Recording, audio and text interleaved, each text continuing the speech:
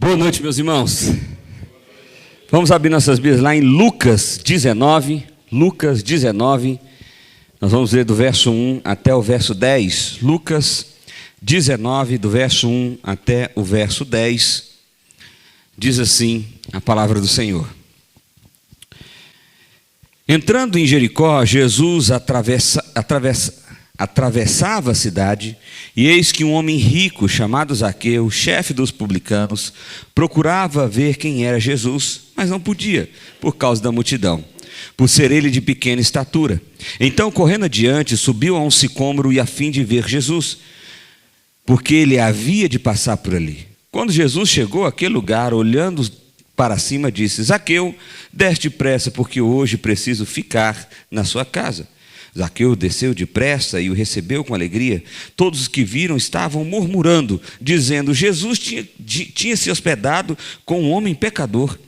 Zaqueu, por sua vez, se levantou e disse ao Senhor: Senhor, vou dar a metade dos meus bens aos pobres, e se extorquir alguém em alguma coisa, vou restituir 4 vezes mais. Então Jesus lhe disse: Hoje houve salvação nesta casa, pois também este é filho de Abraão, porque o Filho do Homem veio para buscar e salvar o perdido. Certa feita eu tinha uma pessoa que eu amava demais, e essa pessoa ela tinha um problema. O problema dela era bebida alcoólica. Era alguém que era viciado em álcool e não admitia a sua fraqueza. Então, durante alguns anos, essa pessoa parou de beber, vivia na igreja, andava com Jesus, essa coisa toda, parou de beber, mas aqui e acolá conheceu uns amigos, conheceu algumas circunstâncias, e aí, poxa, só uma cervejinha, só 2, só 3, só 4, só 10, só 15, só 1000, e aí você já conhece essa história. E aí, em algum momento, eu percebi que essa pessoa não ia mais largar o vício da bebida. Então, eu chamei ela para conversar e disse assim: olha, eu queria dizer algo para você com muito carinho mesmo. Porque o problema da bebida não era nem só a bebida em si, mas era aonde os ambientes que ele era levado, as circunstâncias em que ele era levado, as pessoas em que ele era levado, e por aí vai. Eu disse assim: olha, eu creio que você é um homem de Deus. Um homem de Deus. Eu vejo Deus na sua vida. E por isso eu acho que Deus vai te matar. E eu não falei brincando, eu falei muito sério. E ele ficou assim: como assim? O que é isso? Que coisa doida é essa? Eu falei: não, eu acho que o melhor que Deus pode fazer agora é matar você. Porque é o seguinte, quando Jesus está falando sobre os últimos dias, ele diz que Deus vai abreviar os últimos dias, porque se Deus não fizer isso, ninguém vai suportar, todo mundo vai se perder. E dali eu tirei a minha heresia. Qual é a minha heresia? Deus ama tanto a gente que Ele até mata a gente antes que a gente perca a fé. Deus ama tanto a gente que Ele até é capaz de matar a gente antes que a gente se perca. E essa pessoa ficou muito assustada, porque eu realmente falei muito sério. E eu estava falando muito sério. E eu estou contando isso para vocês porque é o seguinte: Deus está disposto a fazer tudo para salvar você. Tudo, tudo, inclusive te matar. E você, ao ouvir do amor de Jesus, o que você está disposto a fazer? Como é que isso move? Como é que isso mexe em você? Porque se a gente está aqui conversando, isso é um discurso legal, algo que eu fico assim: poxa, que pancada, hein, pastor? Igual eu vi alguns dias aqui hoje, né? Que pancada, pô, foi no fígado, hein, pelo amor de Deus. Mas se isso é só um discurso religioso, que você ouviu, que foi bacana, que foi joia, que foi legal, mas que não verdadeiramente isso impactou seu coração ao ponto de gerar vida nova, então, poxa vida, foi bom estar com você, mas nós não vamos estar na eternidade juntos. Nós precisamos buscar Jesus de verdade. De verdade.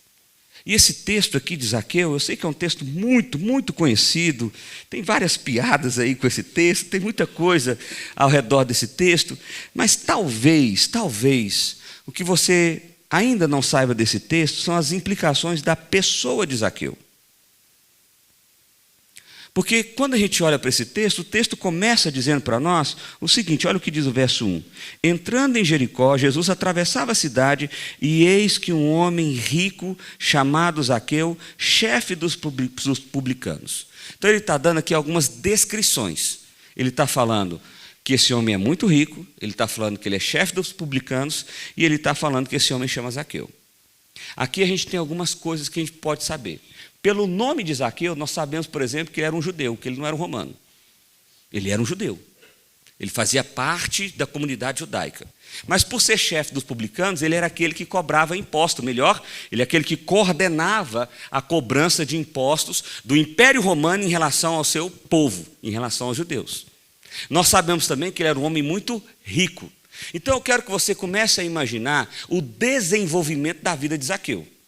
Então Zaqueu cresceu numa comunidade. Ele cresceu numa cidade. A gente não sabe dizer se exatamente era Jericó, mas o fato é que ele estava ali naquela região. Ele cresceu provavelmente no meio da pobreza. Lembra que Israel está sendo subjugado pelo Império Romano. Então não era aquela coisa, prosperidade total. Ele estava debaixo sobre o domínio de um império. E ao crescer ali, possivelmente, Zaqueu começou a ter um tipo de ambição diferente. Eu não quero viver na pobreza, eu não quero viver na miséria, eu não quero viver subjugado. Imagine um adolescente se desenvolvendo, tendo isso em mente. Eu quero ser vitorioso, eu quero ter status, eu quero ter poder, eu quero mandar, eu quero poder comprar o que eu quiser, eu quero morar onde eu quiser, eu quero ter autoridade, inclusive, sobre os guardas romanos. E ele cresce. E possivelmente algumas portas se abriram. E ele aproveita. Só que tem um detalhezinho. Ao se associar com o Império Romano, ele seria rejeitado por todos de sua casa. Pai, mãe, tio, primo, todo mundo. Parente, vizinho, amigo, todo mundo. Passaria a odiar Zaqueu. Mas para Zaqueu não é um problema. Porque ele está focado no que ele quer. O que ele quer? Status, grana, poder. É isso que ele quer. Ele quer esse negócio. Ele quer conquistar isso. E aí ele então vai galgando, subindo alguns degraus, até chegar a ser chefe dos publicanos. Ele não era um simples cobrador de imposto como Mateus, apóstolo de Jesus. Ele era o chefe. Ele era aquele que tinha contato com a alta cúpula do Império Romano, daquela região. Ele se tornou um homem muito rico. E por que ele se tornou um homem muito rico? Porque ele era corrupto. Ele era corrupto. Porque ninguém se propõe a pagar 4 vezes mais só no si, na possibilidade. Ele era alguém corrupto. Ele era alguém ganancioso. Alguém já viu o tio Patinhas aqui? Lembra do tio Patinhas? Ele gostava do dinheiro. O dinheiro dominava o coração dele. Então ele fez de tudo. Eu quero que você tenha isso em mente. Ele fez de tudo para chegar no lugar em que ele estava. No pico da sociedade permitida naquele momento para uma relação de alguém que era judeu, subjugado pelo Império Romano. Ele era alguém extremamente rico, alguém que tinha poder, inclusive sobre os guardas romanos, porque eles viviam andados e cercados por guardas romanos, porque protegiam e também faziam a guarda deles. Então ele era alguém odiado pela sua cidade, odiado pela sua família, odiado pelo seu povo. Mas tem um probleminha. O dinheiro não trouxe paz, o controle não trouxe sentido, e o acesso a tudo que ele queria e tudo que ele desejou um dia na vida não trouxe pertencimento. Não trouxe pertencimento. Então ele tinha status, ele tinha dinheiro, ele tinha poder, ele tinha reputação, mas ele não tinha completude. Não tinha completude. De repente passa um homem ali naquela cidade, Jesus. Eu imagino que a fama de Jesus a essa altura do campeonato, ela já estava andando para lá e para cá. Ó, tem um cara aqui que dizem que ele é o Messias. Rapaz, o cara era cego, você não está entendendo. O outro era coxo, o outro não sei o quê. Ele está fazendo um monte de milagre, gente endemoniada. O pau está quebrando com esse homem. Quando Jesus atravessa a cidade, Zaqueu vê uma oportunidade. Mas aqui eu preciso que você imagine e que você pense o seguinte: quem é que está governando a sua casa? Seus desejos, suas motivações, aquilo que você tem feito, a sua caminhada, o seu propósito de vida.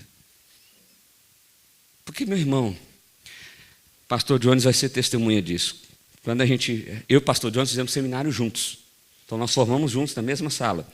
Eu entrei na idade normal, né? Ele não. Eu falo isso, gente, mas é o seguinte, vocês estão diante de uma das mentes mais brilhantes que eu conheço. É sério. Se ele fizesse aqueles testes lá, aqueles negócios, se o QI é 200, ele é 415. Não tem dúvida disso, não. É sério, ele é uma das mentes mais brilhantes que eu conheço. E eu sempre fui muito ambicioso, empreendedor, sem juízo. E primeira semana do seminário, tinha um negócio que era o seguinte, era para a gente levantar, se apresentar, dizer por que estava ali e qual era o grande desejo de ministério da vida. E aí todo mundo levantava e eu ficava até encabulado, porque tinha uns caras que levantavam e falavam assim, eu estou aqui para ver o que Deus vai falar comigo e tal. Eu falei, mas eu achei que todo mundo que vem para cá era para ser pastor. O que esse cara está fazendo aqui? Bom, quando chegou a minha vez, eu levantei e falei, meu nome é Vinícius, vim enviado pela Igreja Presbiteriana Maranata, meu sonho é ser pastor e meu desejo, ápice de ministério é ser pastor de uma igreja de 5.000 pessoas. O professor falou assim, o quê? É isso. E aí começou um debate. Por que você quer uma igreja de 5.000 pessoas? E aí eu falei assim, é porque eu acho que toda igreja aqui é medíocre, pequena, insignificante. Então acho que a gente tem que ter uma igreja grande para fazer a diferença. E aí começou aquele debate. Mas, gente, esse aqui é um Vinícius de 21 anos de idade falando, tá bom? Então eu sempre fui um cara assim ambicioso. Sempre fui um cara ambicioso. Hoje, bem menos. Se me perguntar qual é o meu sonho, eu não sonho ser uma igreja de 5.000 pessoas. Essa é a crise que eu tenho, inclusive, na Mosaico. Eu falo, gente, o pessoal está sonhando, vamos fazer um templão aqui para 1.000 e tantas pessoas. Eu falei, não. Vamos fazer um aqui, 600, está passando de bom. Não precisa disso. Não precisa. Aqui, ó, deu, ficou legal. Tá bom. Mas a verdade é que, às vezes, a ambição do nosso coração faz a gente tomar algumas decisões erradas. Os desejos por status, por poder, por dinheiro, faz a gente tomar algumas decisões bem erradas na vida. Mas elas têm uma coisa em comum. Qualquer um desses caminhos que você trace, por qualquer uma dessas realizações, vai dar num beco sem saída. Vai chegar um momento em que você vai falar assim, cara, e aí? Construí, fiz, realizei, cheguei, galguei, mas parece que está faltando alguma coisa ainda. Parece que não completou, parece que a coisa não está completa ainda. Bom, mas Jesus está passando, cara. Jesus está passando. Agora eu quero que você imagine a cena mais uma vez. Jesus está passando. Zaqueu é odiado. A multidão está cercando Jesus, como sempre fez. E Zaqueu está tentando se esgueirar no meio das pessoas. Parece que o texto vai contando para a gente de um jeito que a sensação é que Zaqueu começou aí, ele viu que não dava. Eu sou muito baixinho, não vai dar. E a altura média do israelita daquela época já era mais baixa do que a atual. Então, quando está falando de alguém muito baixinho, é baixinho mesmo, um cara de 1,30 m, 1,40 m, por aí. É alguém baixinho, porque a altura média era 1,65 m. Então, é alguém baixinho. Bom, sabe o que Zaqueu não fez aqui? Ele não usou nem do status, nem da arrogância, nem do poder, nem do dinheiro que ele tinha. Você sabe por quê? Porque se Zaqueu quisesse, ele teria chamado o centurião, falado assim, me ajuda aqui, eu quero falar com aquele homem ali, aparta essa multidão aqui, que faz um corredor aqui, que eu vou até ele. Ele poderia ter feito isso. Ele poderia ter dado um berro, um grito, sai da frente, é Zaqueu falando, sai daí. Vou dobrar seu imposto, anda logo, vai para cá. Ele não fez isso. A alma dele estava tão desesperada. A sede dele era tão grande.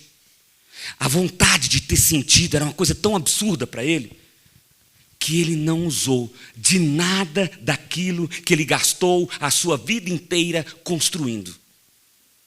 Pelo contrário, ele se revestiu de humildade. Percebeu o caminho que Jesus estava passando. Viu lá na frente uma árvore e falou, eu vou para lá. Eu vou subir em cima daquela árvore. Se Jesus passar ali, eu berro ele. Eu grito, eu faço alguma coisa. Eu preciso desse homem. Alguém tem que dar a resposta. a esse lugar no meu coração que ainda não foi preenchido, apesar de eu ter conquistado tudo que eu queria, apesar de eu ter chegado em todos os lugares que eram possíveis.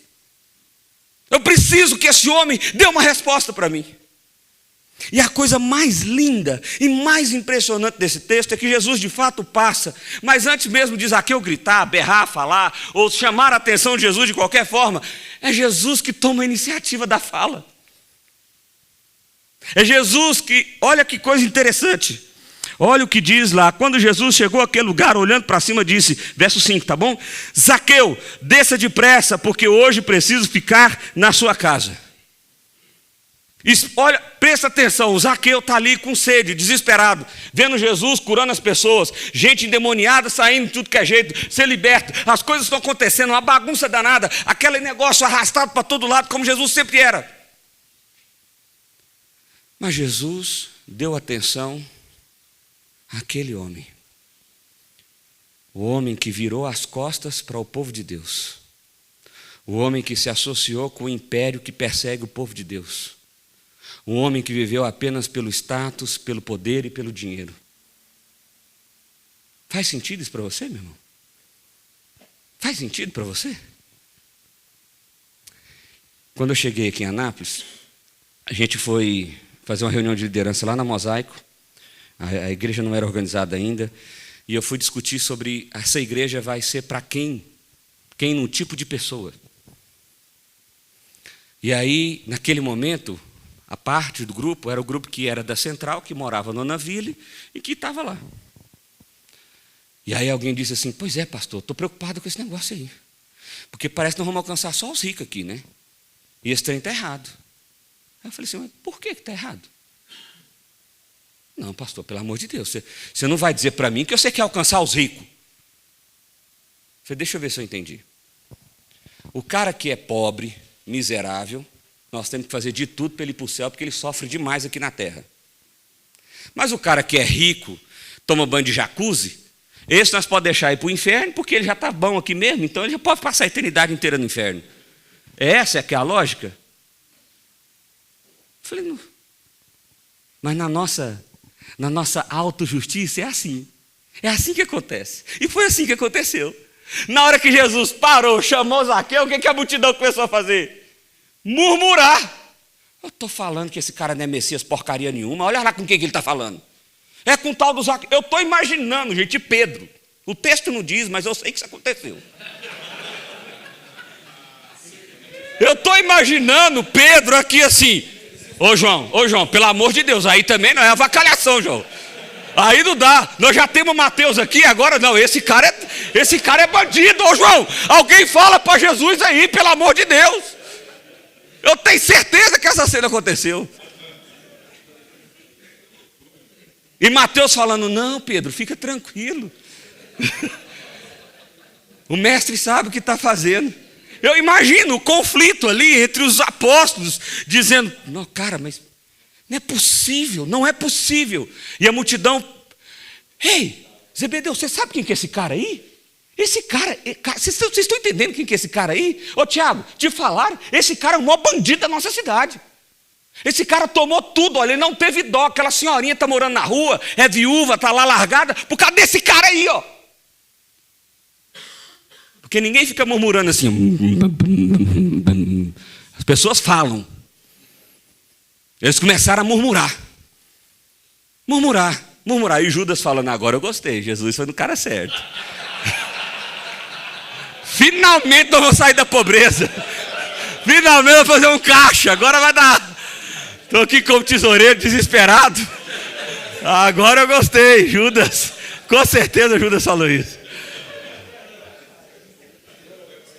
Meu irmão, o ponto é, Jesus parou. Provavelmente no nosso senso de justiça havia pessoas com mais necessidade do que Zaqueu. Eu tenho certeza que tinha um monte de gente doente lá. Um monte de gente pobre, sem dinheiro, sem recurso, se esgueirando no meio da multidão. Mas Jesus parou por Zaqueu. Você sabe por quê? Não é porque Jesus tem interesse nos mais ricos, não. É porque Jesus tem interesse em todo mundo. Jesus veio para resgatar o pecador. Você precisa entender isso, porque às vezes você está aqui ouvindo tudo isso e você está pensando assim, cara, eu sei, mas assim, para mim não. É porque, pastor, se eu contar a minha história, eu acho que nem o diabo me aceita. Você não está entendendo o que eu já fiz. Você não está entendendo os meus pecados ocultos. Você não está entendendo o que a minha família não sabe. Não tem como Jesus amar um cara como eu. Não tem como Jesus ir na minha direção. Não tem como Jesus me chamar pelo nome. E esse texto aqui é para provar para você que você está errado. Tem como sim. Jesus se interessa por você sim. Jesus tem uma atenção por você sim. Ele está aqui para responder às demandas do seu coração sim. Te dá sentido, te dá missão, te dá propósito. Jesus parou, chamou o cara pelo nome. Zaqueu. Imagina o espanto da multidão. Quem foi que contou para Jesus quem é esse cara? É claro que não foi ninguém. Zaqueu, desce daí. Eu fico impressionado também que Jesus também não está aqui para bate-papo, não. Jesus deu uma ordem. Desce daí. Desce daí, porque hoje eu vou estar na sua casa. Eu preciso ficar na sua casa. E aí eu quero que você entenda uma coisa aqui que é muito poderosa. Para o contexto judaico, receber alguém numa mesa de jantar era uma relação muito íntima. Era uma relação de muita proximidade. Nós somos iguais. Eu estou te convidando para aquilo que é de mais precioso eu posso oferecer. Mas a ideia aqui é que não foi só jantar, ele foi dormir. Quem que você convida para dormir na sua casa? É gente que você conhece, não é? Está entendendo a revolta da multidão? Do Pedro, do João apartando os caras, do Judas comemorando? Porque Jesus parou para aquele cara e falou, eu vou estar com você em plena intimidade. Em absoluta intimidade. Desce depressa. E Jesus dá essas ordens para nós. E é como se Jesus estivesse hoje dizendo para nós, arrependa depressa. Muda a sua rota depressa. Vá noutra direção depressa. Eu estou te chamando. João, Bastião, Tiago, seja lá qual for o seu nome. Eu estou te chamando. É como se Jesus dissesse isso para nós ainda hoje. Me convém ficar na sua casa. Me convém ter intimidade máxima com você. Me convém estar com você. Estar com você. Eu acho isso lindo demais no Evangelho, meu irmão. Lindo demais. Lindo demais. Jesus não desiste da gente. Ainda que a gente tenha desistido da gente mesmo. Ainda que você já tenha pensado em tirar a vida.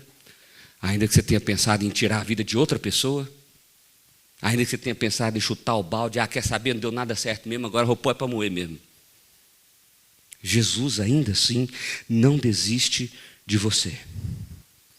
Jesus não desiste de você. Mas o impacto de Jesus na minha e na sua vida é real. Porque olha só o que aconteceu. Qual era o problema de Zaqueu? Grana. O problema de Zaqueu era grana.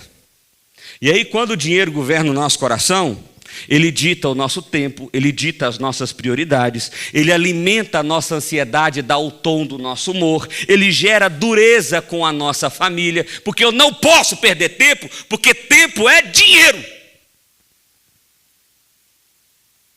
Esse é o Zaqueuzão. Mas quando Jesus governa a minha e a sua vida, o dinheiro é um mero instrumento. Um mero instrumento. O dinheiro se torna um instrumento de generosidade, de compartilhar, de dar. A família respira liberdade. Liberdade. Eu não sei se você tem alguém assim, eu tenho um tio que é muito assim. Pão duro, pão duro. Meu pai brinca que se ele pegar 2 sorrisal e atravessar o Araguaia, chega do lado de lá, 3 inteiro. Ele vai com 2, mas chega 3. Porque não abre a mão nem que a vaca tussa. O dinheiro dominou o coração dele. O dinheiro dominou o coração de Zaqueu. E às vezes o dinheiro domina também o seu coração. Sabe o que é o mais impressionante? Zaqueu desceu, levou. Imagina, estou vendo a empolgação de Zaqueu aqui. Gente, é o seguinte: mata o melhor novilho. Mulher, prepara a melhor comida. Você não está entendendo, nós vamos receber o Messias, o Salvador. O Rei do mundo está com a gente.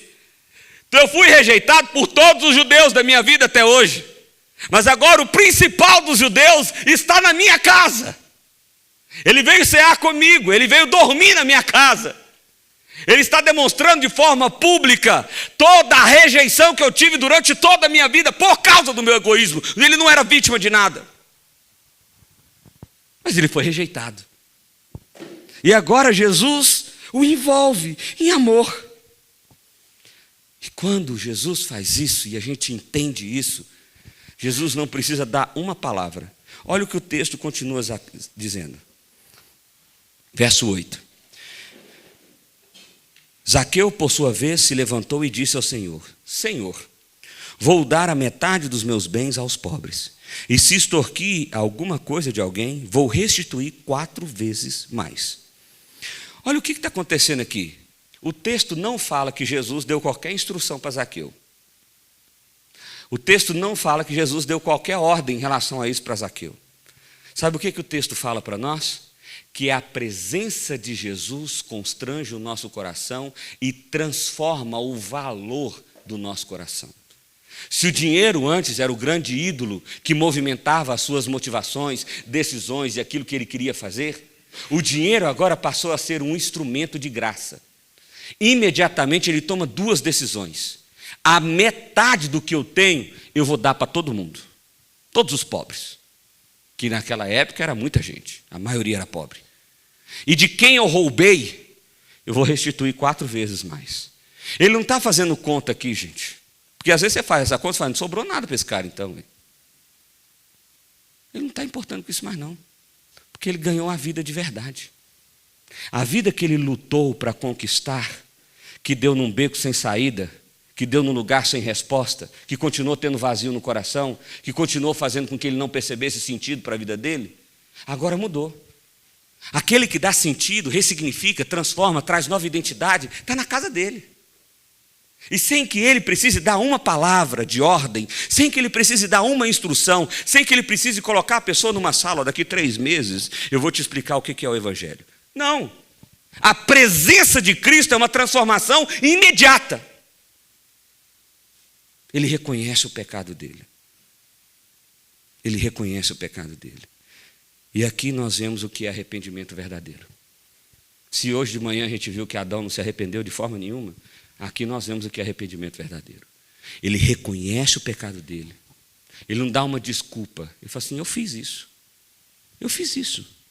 Ele propõe uma reparação.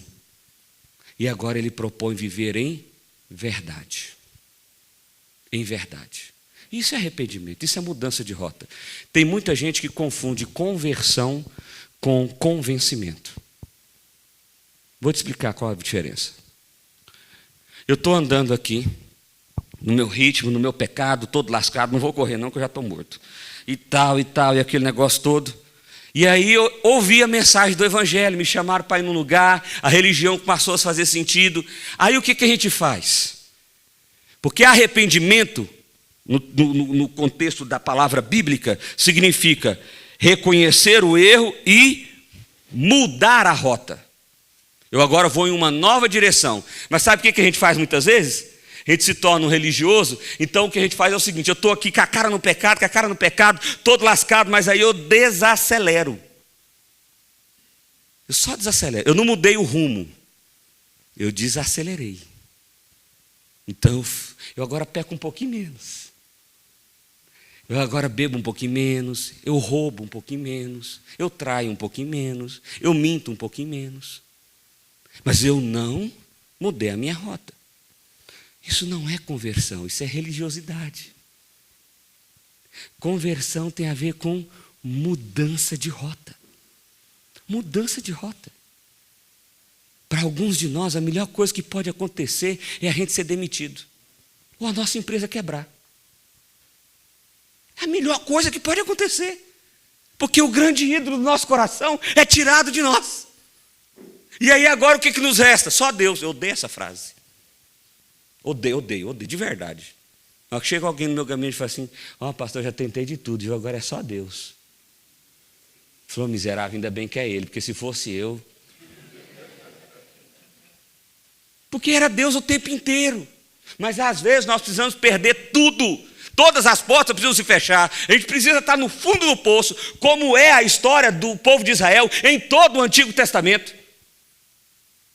Para que a gente finalmente pare de olhar para o umbigo e olhe para o Senhor e fale: Deus, agora é só você.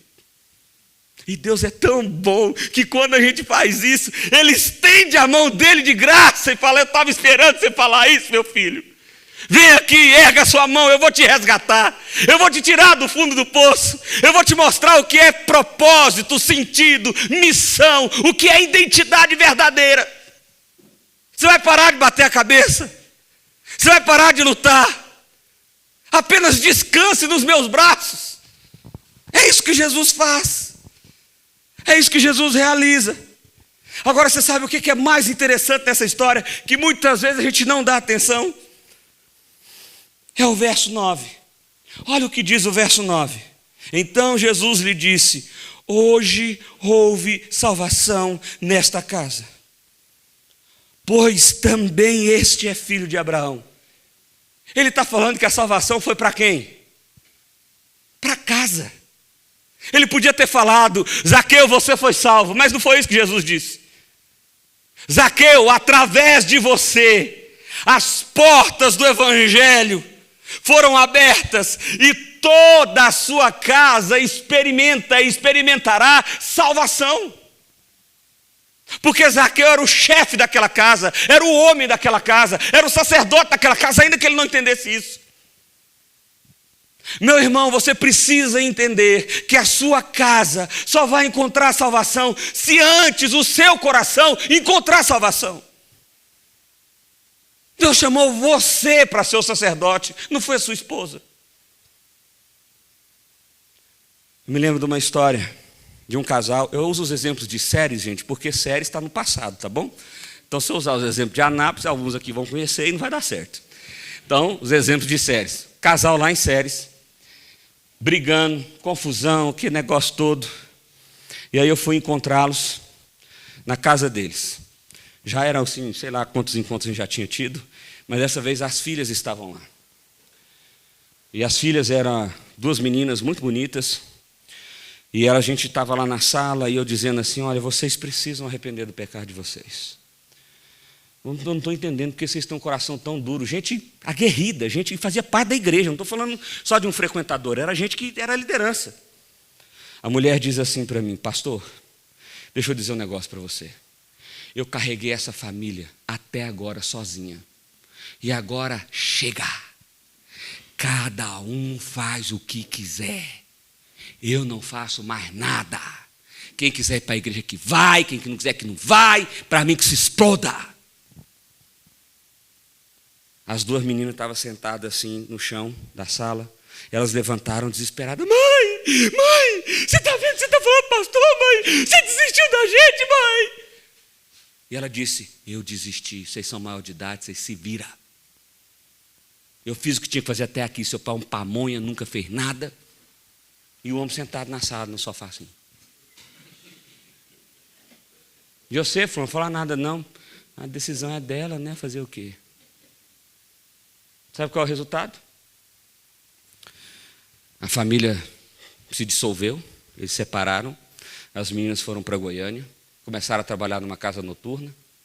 Dessa casa noturna começaram a trabalhar num prostíbulo. E desse prostíbulo elas se tornaram prostitutas de luxo. A mulher não está na igreja, o marido não está na igreja, eles vivem uma vida completamente dissoluta. Você sabe por quê? Porque aquele homem ficou sentado no sofá. Aquele homem não ergueu a voz. Ele não disse: eu vou lutar. Ele foi omisso, como Adão foi. E por isso a salvação não encontrou a casa dele. Você está entendendo, meu irmão? Você está entendendo? Porque Jesus está berrando aqui para nós. Jesus está dizendo: para! Para de correr, para de viver apenas pela sua profissão, apenas pelo seu dinheiro, apenas pelo seu status, apenas pela sua condição. Ame, experimente o amor que vem de mim, experimente a aprovação que eu te dou. Pare. O Filho do Homem veio para resgatar os perdidos. Pastor, eu estou perdido. Então deu tudo certo. É com você que Jesus está falando. Deixa eu trazer algumas aplicações aqui para nós. Primeiro, quando a casa é governada pelo ego, pelo dinheiro e pela vaidade, sabe quais são as características dela? Ela tem um clima instável, as conversas são sempre armadas, está todo mundo à defensiva, parece um porco-espinho. Os afetos são congelados, não tem carinho de verdade, não tem nem liberdade para fazer carinho real. O dinheiro é sempre tratado com ansiedade, não importa se tem muito ou se tem pouco. E a liderança é exercida apenas para a preservação de uma imagem. Essa é a realidade de uma casa que é governada pelo ego, pela vaidade ou pelo dinheiro. E uma casa governada por Cristo, como é que ela é? A paz não depende de nada. Não depende de nada. Eu vivo falando na minha igreja que é o seguinte, eu queria estar aqui demais no dia que Jesus voltasse. Vai ser muito legal.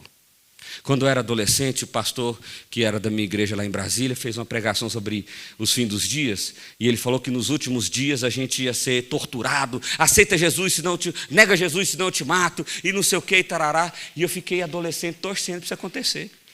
Porque eu tinha dúvida da minha salvação naquele momento, então eu pensava, bom, se alguém falar assim, nega Jesus, senão eu corto um braço, eu falar, corta logo.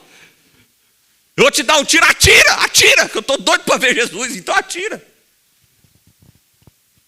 Não depende de nada. A paz, ela está reinando, porque o que traz paz é a presença de Cristo. A verdade é dita sem violência, sem agressividade, sem vontade de humilhar.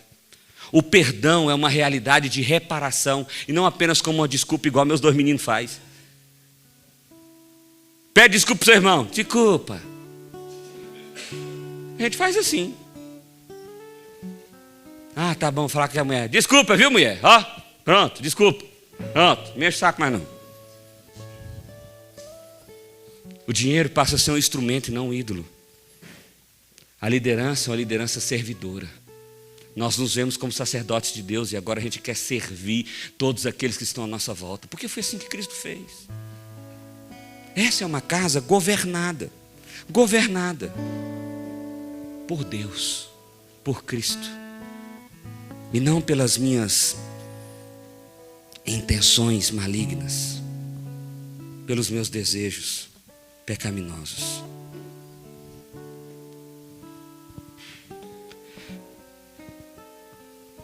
Eu queria que você se arrependesse diante de Jesus, meu irmão. E para isso eu queria dar 4 passos com você aqui. Se você feriu alguém, peça perdão de forma específica. Fulano, fulana, me perdoa porque eu fiz isso. Não peça perdão de uma maneira de omissão, não. Peça perdão de verdade. Se você se omitiu e não assumiu a sua responsabilidade quando era necessário, assuma agora e reconstrua. E dê os passos necessários para isso. Se você mentiu, traiu, fale a verdade. É a única maneira de você expressar Cristo. E se você controlou com desejo de ser maior do que é, devolva a liberdade com amor. Para de ser controlador. Para de ser narcisista. Fala, Senhor, o controle é seu. É seu. É para você mesmo. Bom, eu queria terminar com uma frase. E ela diz assim: quando Jesus entra, o pequeno por dentro ganha novo nome. O Zaqueu ganha um novo nome. O evangelho não é torne-se grande para receber. O evangelho é Deus entrando na casa daqueles que são pequenos e fazendo tudo novo. Por isso que os arrogantes não vão entrar no reino do céu. É só os humildes de espírito. São só aqueles que entendem a necessidade e a dependência de Deus. E eu queria te propor um tempo de oração aqui, meu irmão. Porque Jesus está nos chamando como chamou Zaqueu.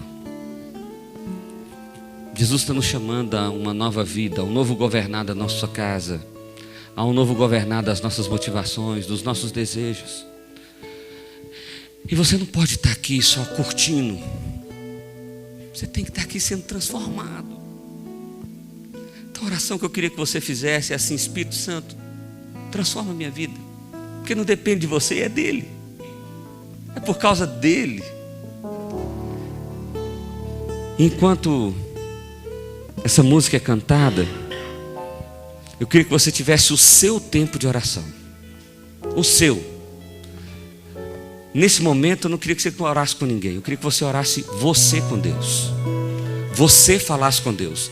Mas eu queria que você rasgasse a sua alma mesmo. Não tem nada para você esconder diante dele. Então diz para ele: Senhor, não está funcionando para mim. Eu não estou me vendo andando na tua direção. Eu não estou me vendo sendo o pai, o marido, sendo, sabe? Deus, toca meu coração, me transforma de verdade. Me transforma de verdade. Faça essa oração agora em nome de Jesus.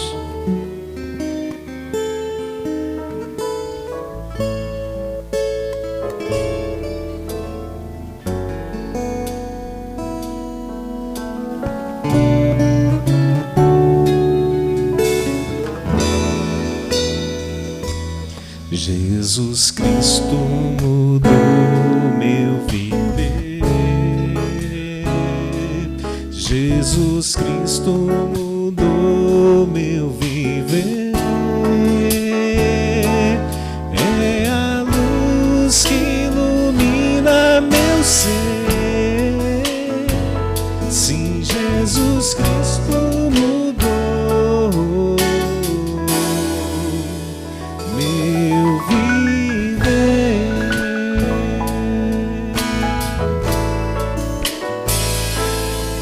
Diferente hoje é o meu coração.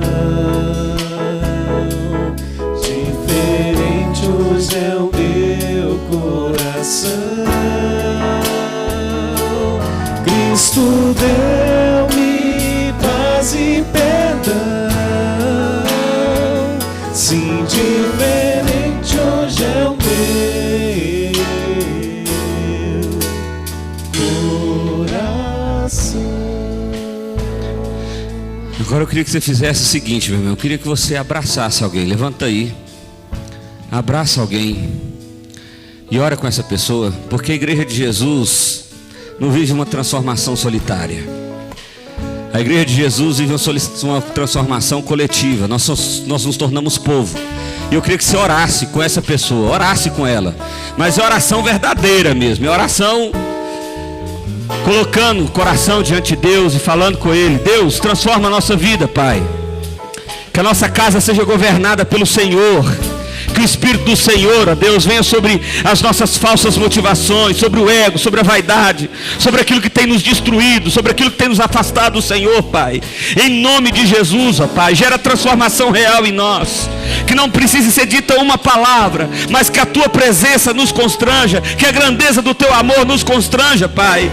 E assim nós possamos ser instrumentos da redenção do Senhor, instrumentos da graça do Senhor, ó Pai. Que ao voltar para as nossas casas, ao estar nos nossos lares, nós sejamos esse instrumento de salvação. Que a salvação ali permaneça e esteja, porque as portas do Evangelho foram abertas através de nós, por meio do Teu Espírito Santo, ó Pai. Que o Senhor também ministre aos nossos corações, para que sejamos instrumentos da Tua salvação, no nosso ambiente de trabalho, ó Pai, nas relações que têm sido estremecidas, que é onde há mágoa, onde há rancor, onde há destruição, ó Pai, restaura, redime, ó Pai, que em nome de Jesus nós possamos viver a verdade verdade e a realidade do poder do Evangelho do Senhor Jesus, ó Pai. Vem sobre nós com a tua graça, ó Pai, e superabunda sobre os nossos pecados e nos faz novos, totalmente novos, transformados para a tua glória, hoje e por todo sempre, em nome de Jesus. Amém, amém e amém.